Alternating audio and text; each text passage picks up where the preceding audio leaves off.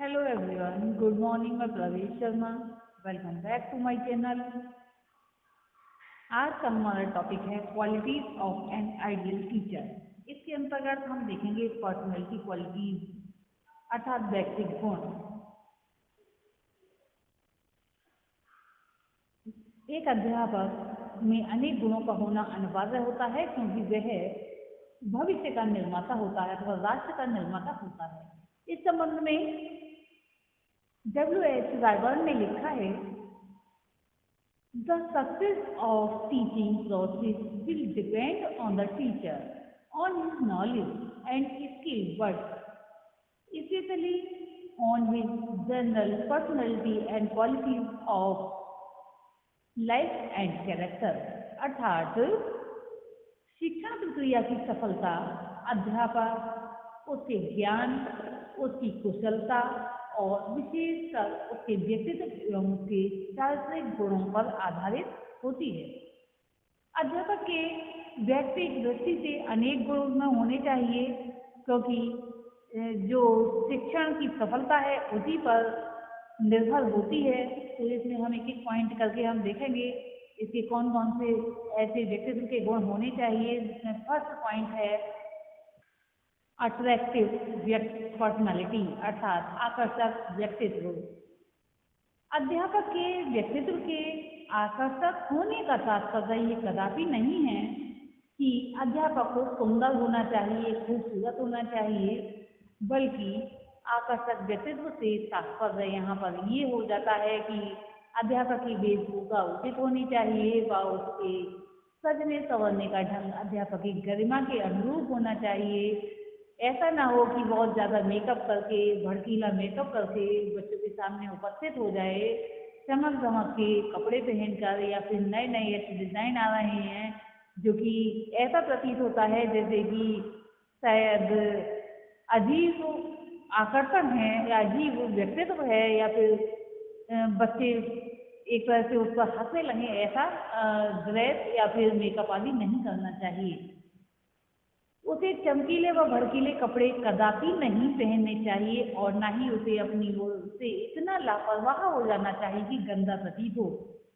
उसे साफ सुथरे कपड़े पहनने चाहिए क्योंकि इसका प्रभाव बच्चों पर पड़ता है।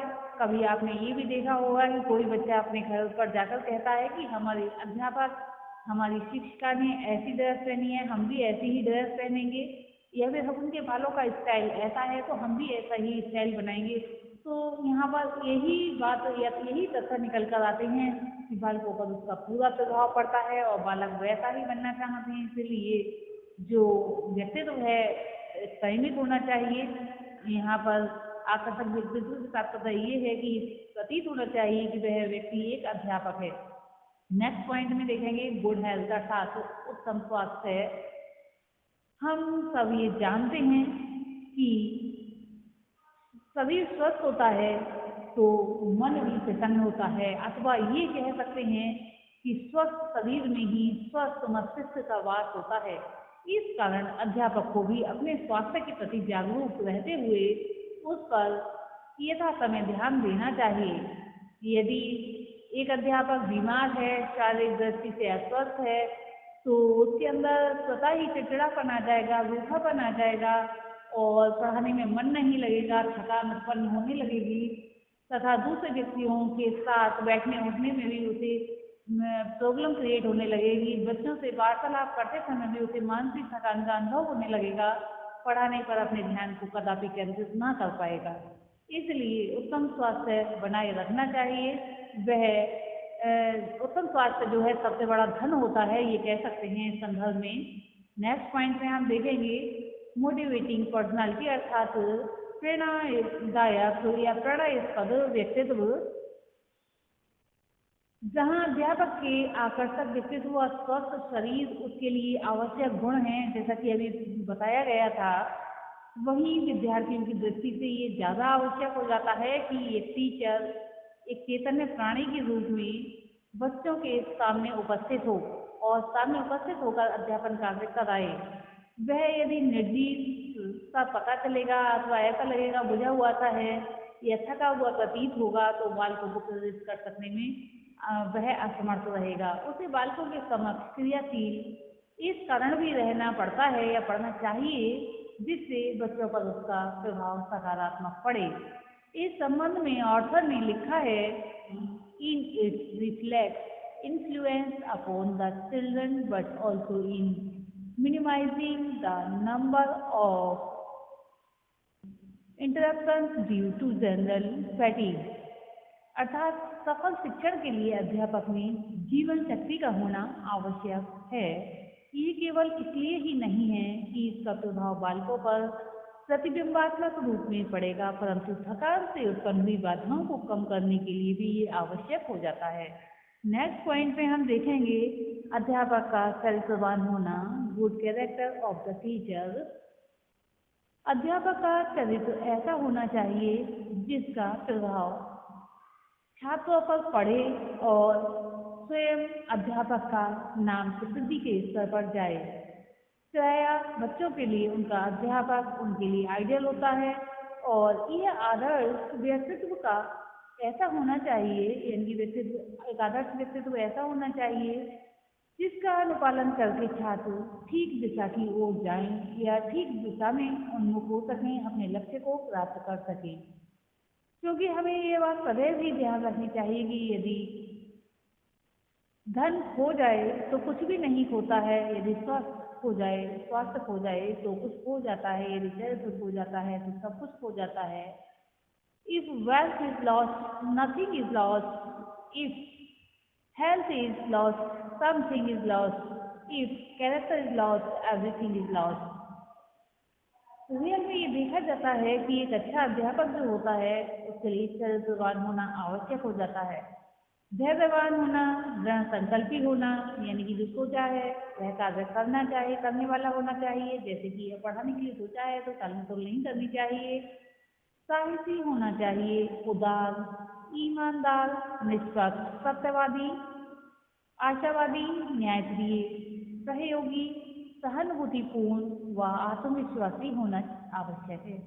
अध्यापक को अपनी कहने और करने में अंतर नहीं करना चाहिए, अपनी कथनी और करनी के बीच सामंजस्य स्थापित करना चाहिए। इसीलिए गांधी जी ने एक स्थान पर कहा है, ऐसे अध्यापक पर अफसोस है जो जबान पे कुछ और पढ़ाता है परंतु उसके दिल में कुछ और रहता है। Woe to the teacher who teaches one thing with the lips and carries another in the heart. अब हम नेक्स्ट पॉइंट में देखेंगे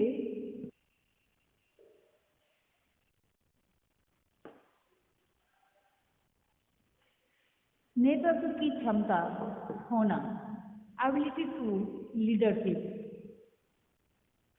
एक अध्यापक को नेतृत्व के गुणों से परिपूर्ण होना चाहिए।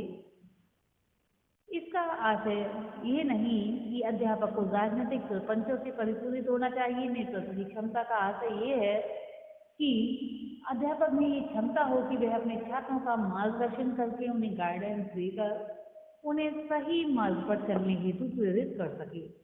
अध्यापक कक्षा में सर्वोपरि स्थान रखता है, उसका व्यवहार इतना प्रेरणास्पद होना चाहिए कि बच्चे उसका अनुकरण कर सकें। कक्षा की पाठ्यक्रम संबंधी क्रियाओं व विद्यालय की पाठ्य सहगामी क्रियाओं के संचालन में उसे सर्वप्रथम अग्रणी भूमिका अदा करनी चाहिए। इस संबंध में डॉक्टर वेलार्ड ने लिखा है कि the teacher of the future will be less concerned with impressing his personality on his pupil than with going as much as he can into the personality of his pupils and to find in each of them the lamp that illuminates the spring that motivates। अर्थात भावी अध्यापक अपने व्यक्तित्व से विद्यार्थियों को इतना प्रभावित नहीं करेगा जितना वह प्रत्येक विद्यार्थी के व्यक्तित्व में प्रवेश करके उसमें या उनमें प्रकाशमान दीपक तथा प्रेरणा स्रोत को ढूंढ निकालेगा। अब नेक्स्ट पॉइंट में देखेंगे उचित व्यवहार व उच्चारण होना।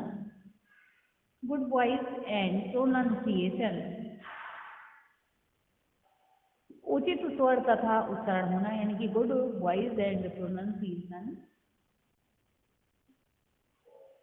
किसी भी व्यक्ति से जब हम बात करते हैं तो उसकी वाणी का उच्चारण का हमारे ऊपर प्रभाव पड़ता है। प्रभावशाली व्यक्तित्व हेतु अध्यापक का स्वर संयमित होना चाहिए, जिससे आत्मविश्वास की झलक मिले, और उसका उच्चारण शुद्ध होना चाहिए। यदि अध्यापक के स्वर में आत्मविश्वास व प्रभुता नहीं है तो बच्चों पर उसका कोई भी सकारात्मक प्रभाव नहीं पड़ सकता। प्रभावशाली व्यक्तित्व हेतु अध्यापक का स्वर संयमित होना चाहिए, इससे आत्मविश्वास की झलक मिलनी चाहिए और उसका उच्चारण शुद्ध होना चाहिए। यदि अध्यापक के स्वर में आत्मविश्वास व प्रभुता नहीं है तो बच्चों पर उसका कोई प्रभाव नहीं पड़ सकता। साथ ही यदि वह उच्चारण संबंधित त्रुटियां करता है तो बच्चे उसकी मजाक बनाएंगे। स्वर को प्रभावशाली बनाने हेतु ये भी आवश्यक है कि स्वर में प्रवाह हो और उसकी गति भी नियंत्रित हो। नेक्स्ट पॉइंट में देखेंगे हम इस संवेगात्मक स्थिरता।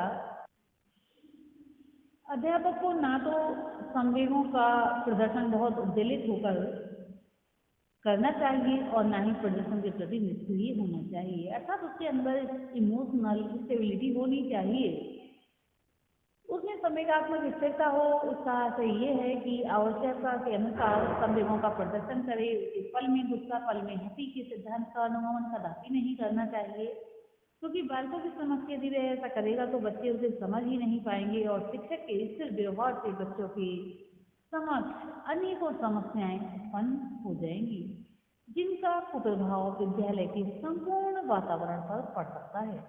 नेक्स्ट और लास्ट पॉइंट में हम देखेंगे संतुलित व्यक्तित्व, इंटीग्रेटेड पर्सनालिटी। व्यक्तिगत गुणों की श्रेणी में अध्यापक का व्यक्तित्व संतुलित होना चाहिए, अर्थात अध्यापक की आकृति, वेशभूषा, चाल ढाल, बातचीत करने का तरीका, उसका ज्ञान, स्वर आदि इस स्तर के होने चाहिए जो उसे एक अच्छे अध्यापक की दिशा में उन्मुख करे। आज के लिए इतना ही। नेक्स्ट वीडियो में हम देखेंगे एक अध्यापक के सामाजिक गुणों के विषय में। धन्यवाद।